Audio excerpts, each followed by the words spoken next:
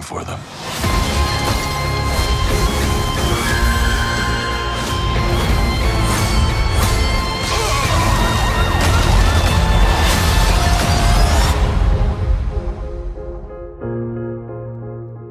Hello everyone and welcome to another Real Rap Review. This is JP Bonilla and today I'll be reviewing Batman Caped Crusader.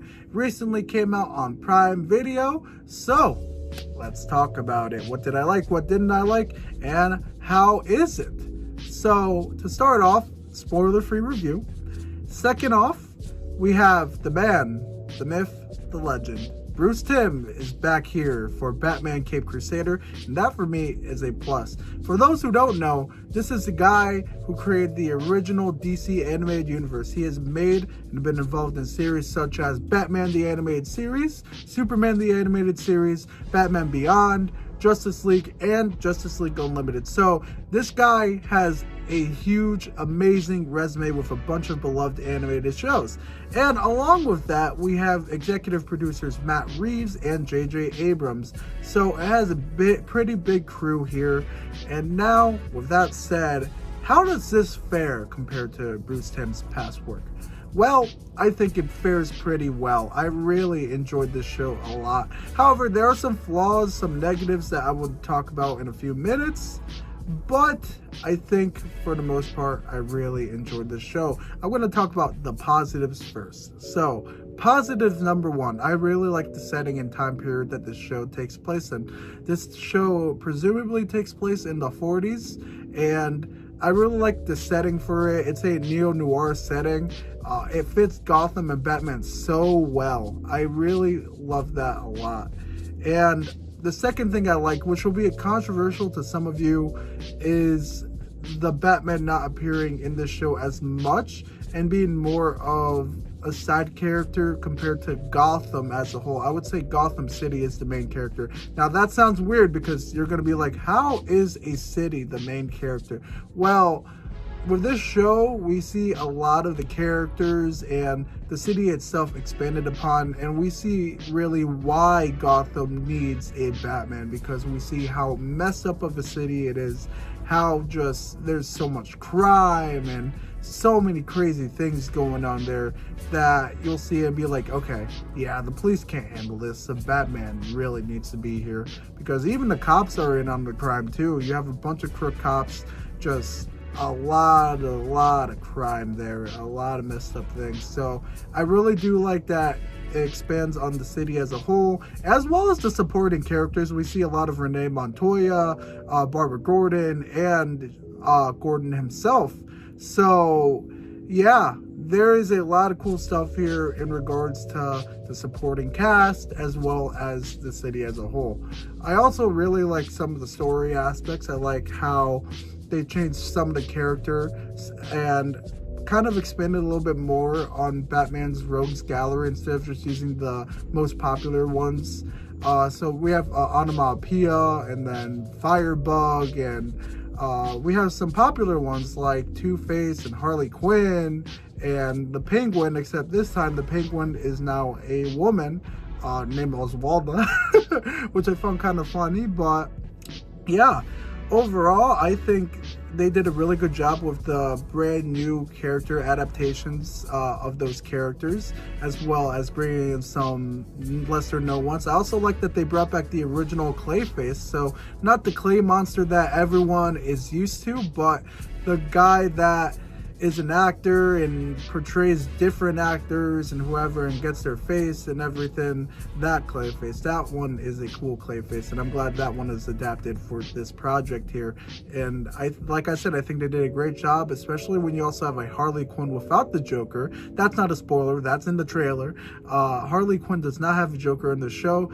Much like Batman the Telltale series, she becomes Harley Quinn before she even meets the Joker. So this is pretty much just a separate character away from the Joker, but she still has some Harley Quinn-isms, except I would say the difference here is that she's actually serious as Harley Quinn, whereas she's Harley Quinn when she's not Harley Quinn. When she's Dr. Harleen Quinzel, she's more of Harley Quinn. It's a little bit weird, but once you see it, like, you'll be like, okay, this actually works pretty well. I like it.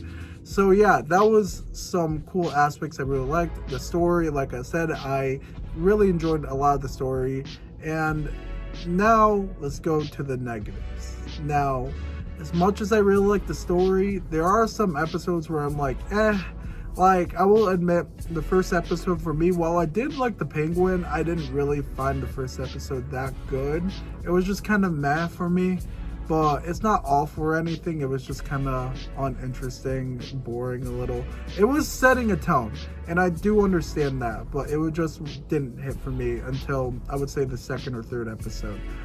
But that first episode, maybe the second episode, was kind of meh too, but I think I enjoyed it a little bit more than the first, for sure.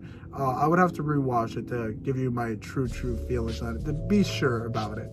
But yeah, there are some things where it's just kind of slow and just, I didn't really enjoy it that much.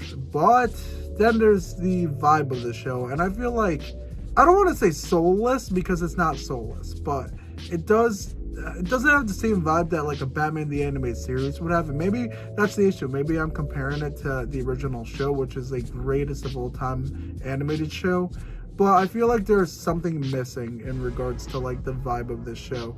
There is something that's just not there compared to the original. However, I think it does set a good foundation for season 2 and season 3 to have a vibe.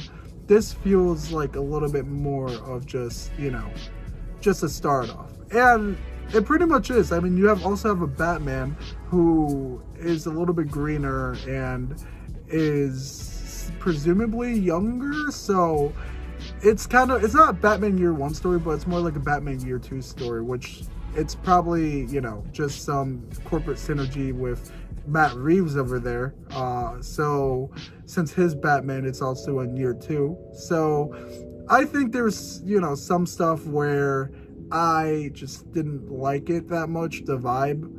And then the third thing is, I do like some of the character changes. There are some I don't really enjoy. But I like Harvey Dent.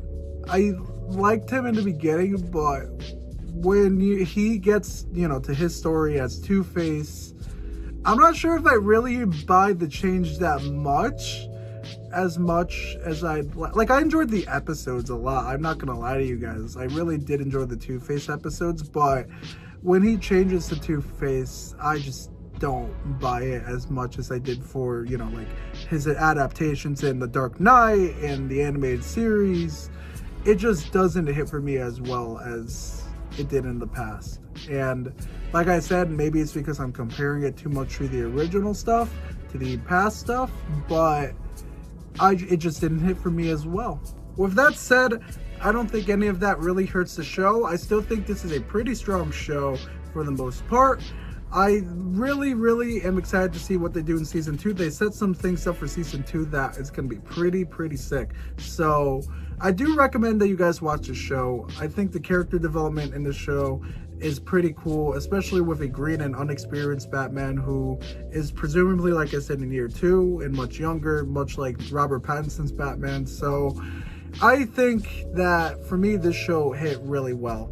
And like I said, I'm excited for that, and I'm excited to see him become the Batman that we know of, that learns from these big mistakes and has all these backup plans, and it's just much smarter with the stuff that he does instead of, just running on making his decisions based on his emotions. So with that said, my final rating for this show is 3 3/4 stars, so that would be 3.75 out of 5. So what do you guys think? Let me know down below in the comment section, and I'll see you guys next time for the next Real Rap review.